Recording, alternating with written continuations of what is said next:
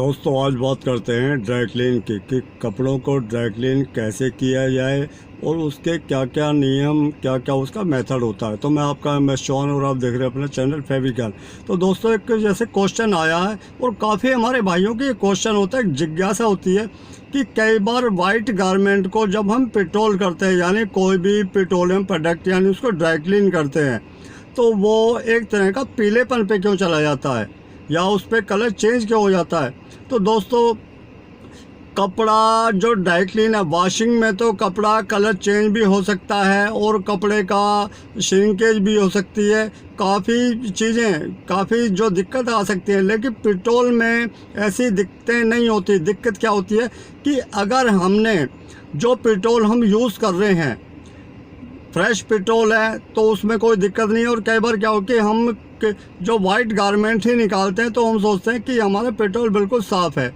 तो उसमें जो क्रीम कलर या वाइट कलर या लाइट कलर के कपड़े कर लेते हैं और वो देखने में साफ लगता है, लेकिन वो कहीं ना कहीं उसके अंदर जो तत्व जो मैल होता है वो उसके अंदर रह जाता है। क्योंकि जो पेट्रोल ड्राई क्लीन का मतलब होता है कपड़े से घी, तेल, चिकनाई, ग्रीस वगैरह या चिकनाई निकालना, हल्की फुल्की धूल मिट्टी, बाकी जो हार्ड स्टेन या इस टाइप के कोई और इससे क्लियर नहीं होते। तो उसके लिए क्या कि भाई जब भी ऐसी दिक्कत होती है कि हम जब यूज़ किए हुए यानी प्रयोग किए हुए पेट्रोल को एमटीओ सॉल्वेंट या उसमें परक्लोथिन वगैरह कभी भी वो जो यूज़ किया हो और उसके अंदर कपड़े को डालते हैं तो कपड़े में एक तरह का येलोपन या क्रीम कलर पे चला जाता है वाइट से।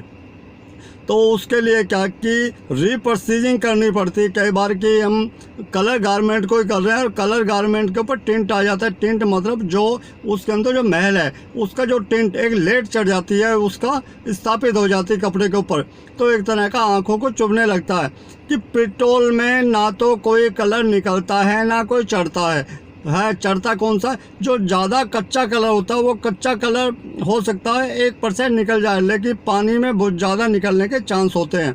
तो उसको रीप्रोसीजिंग क्या किया जाए कि बिल्कुल प्योर साफ पेट्रोल लें और साफ पेट्रोल में उसको दोबारा निकाल दें तो वो सारी प्रॉब्लम दूर हो जाएगी। तो बाकी जो पेट्रोल का जो और काम क्या होता है इसमें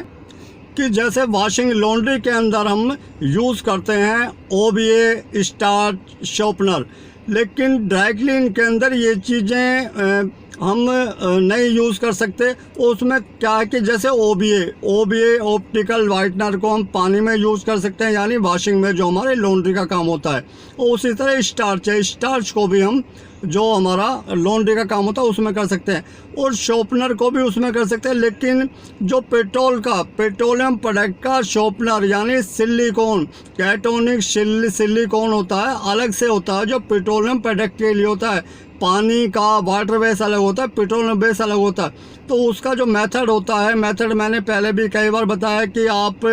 जो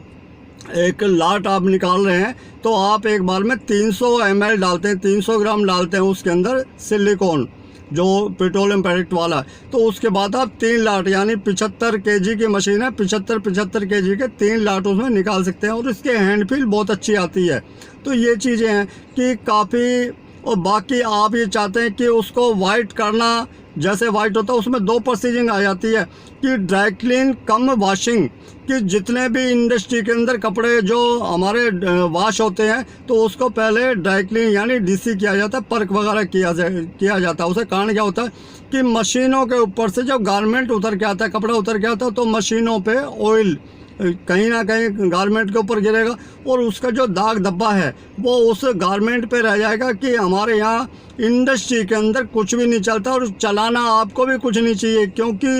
एक तो कपड़े में जो केमिकल यूज़ कर रहे हैं, सॉफ्ट केमिकल यूज़ कर रहे हैं, और दूसरा कि जो कपड़ा है, कपड़ा बहुत महंगा है आजकल, क्योंकि हर एक आदमी जब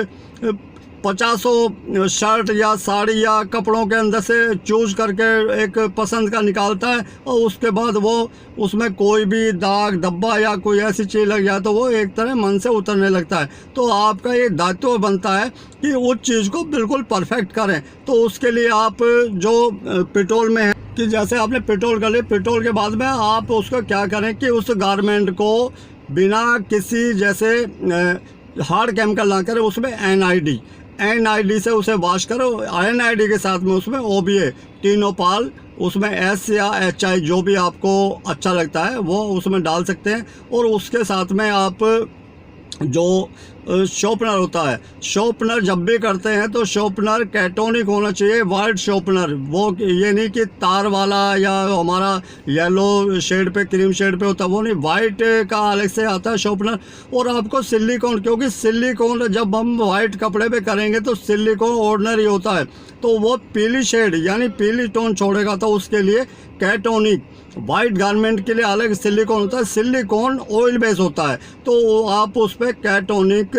सिलिकॉन वाइट के लिए होता है वो यूज़ करें। तो ये इसका एक प्रोसीजर होता है। बाकी उसमें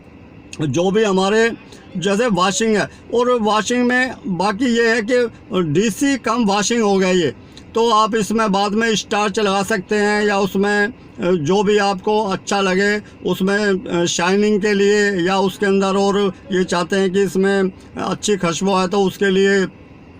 जो हमारे कंफर्ट वगैरह है वो भी यूज़ कर सकते हैं हल्का सा। तो उसमें एक चीज़ और आती है कि काफ़ी हमारे भाई उसमें ये ऑक्सैलिक एसिड यानी दाना यूज़ करते हैं जब DC में, और कई जैसे कमेंट भी पढ़े कि दाना यूज़ करो, और दाना जब यूज़ करते हैं ऑक्सैलिक यूज़ करते हैं तो वॉशिंग मशीन में चला जाता है। ड्राई क्लीन का मतलब होता है कि पानी से रहित हम गारमेंट को क्लीन करें, पानी का जिक्र नहीं आता। लेकिन जब प्रॉब्लम कपड़े की रिक्वायरमेंट होती है कि हमें और ज़्यादा वाइटनेस चाहिए, तो उसके लिए हम क्या करें कि ऑक्सैलिक एसिड यूज़ कर रहे हैं, तो ऑक्सैलिक एसिड को न्यूट्रल करने के लिए हमें उसमें कोई भी एल्कली केमिकल जिसमें सोडा बाइकार्बोनेट या उसके अंदर अमोनिया लिक्विड यूज़ करना पड़ेगा। तो ये इसका एक प्रोसीजर होता है। और हम ये चाहते हैं कि खाली इसके ऊपर ऑक्सैलिक कर दें, क्योंकि काफ़ी हमारे ड्राई क्लीनर ऑक्सैलिक यूज़ करके खंगाल देते हैं कि कपड़े के अंदर वो एक जान के अंदर फंसा रह जाता है, और वो क्या कि कपड़े को आस्ता आस्ता स्लो पॉइजन की तरह आस्ता आस्ता वो उसको छीन कर देता है, उसकी लाइफ कम करता जाता है। तो क्या कि आप जब भी ऑक्सैलिक एसिड यूज़ करें तो ऑक्सैलिक एसिड यूज़ करने के बाद में, तो ऑक्सैलिक एसिड जो वाइटनेस देता है, और जो हमारे सोडे जितने भी हैं, सोडे का काम होता है कलर यानी जो हमारा जो मैल को काटना, और इसमें अमोनिया जो लिक्विड होता है वो कपड़े को, वाइट कपड़े को और ज़्यादा वाइटनेस देने का काम करता है। ये ब्लीचर नहीं है, लेकिन ये क्या कि एक तरह का जितना भी इसके अंदर कोई भी ऐसा तत्व हो उसको निकाल के बाहर कर देता है, और ये एक तरह का कपड़े को न्यूट्रल कर देता है। तो ये है। तो जब भी आप ड्राई क्लीन करें तो ड्राई क्लीन में पिटोल आपका बिल्कुल साफ प्योर होना चाहिए, और जो रंगीन कपड़े, क्योंकि वाइट गारमेंट के लिए तो बिल्कुल प्योर चाहिए। और बाकी जब और क्रीम कलर के करें तो आप उसमें दोबारा जो हमने यूज़ किया वाइट गारमेंट में आप उसको यूज़ कर सकते हैं, क्योंकि उसके अंदर चिकनाई वगैरह धूल मिट्टी यानी उसके अंदर आ चुकी है, लेकिन वो दिखती नहीं है। वो लगता है कि हमें साफ़ है, लेकिन वो साफ़ नहीं होता। जब गारमेंट उसके अंदर जाता है तो वो उसको, उसके यान है उसको जकड़ लेते हैं, और एक तरह का उसमें एक जो शाइनिंग है उससे ख़त्म हो जाती है और एक क्रीम कलर पे चला जाता है। तो दोस्तों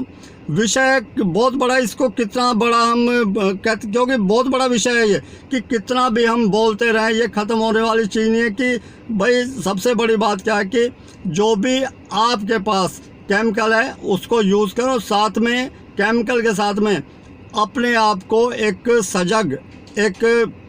बिल्कुल तैयार करके जो भी आप काम कर रहे हैं बिल्कुल तैयारी के साथ में करें, ना कि आप सिर्फ कि खाली खाना पूर्ति करें। क्योंकि जो मेथड है, मेथड के हिसाब से जब हम काम करते हैं, जो इसके नियम और जो कानून होते हैं उसके हिसाब से जब हम काम करते हैं तो क्वालिटी निखर के आती है। और क्वालिटी से बड़ा दोस्तों कुछ भी नहीं है, क्योंकि जिसकी क्वालिटी है वो ही इस मार्केट में और वो बिल्कुल तरक्की कर सकता है। और उसी को बाकी जो इस टाइप के जो काम करते हैं कि चालू काम बिल्कुल नहीं होना चाहिए, और आपको स्थायी रूप से काम करना और कुछ आगे तरक्की करनी है। तो दोस्तों